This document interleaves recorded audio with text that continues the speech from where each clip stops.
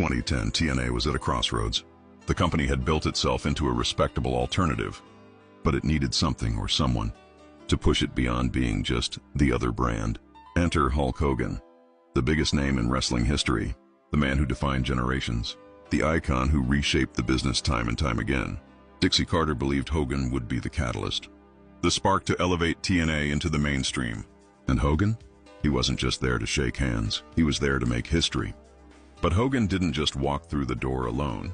He brought changes. He brought his vision. He brought his people. The structure of TNA shifted overnight, with Hogan and Eric Bischoff at the helm. And their biggest play? Going to war. The Monday Night War had once been Hogan's battlefield, a war he helped WCW win for 83 straight weeks. Now in 2010, he was ready to do it again with TNA. January 4th, the wrestling world tuned in. Hogan stepped into TNA's ring for the first time as the face of change. Jeff Hardy was back. Scott Hall returned. Sting watched from above. The message was clear. TNA was here to fight. WWE responded swiftly, bringing Bret Hart back after over a decade away. And while WWE won the ratings battle, TNA had posted its highest number ever, enough to make Spike TV commit.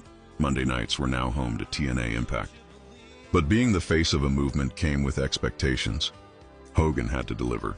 He preached that TNA's locker room was ready, that they had the tools to take on WWE.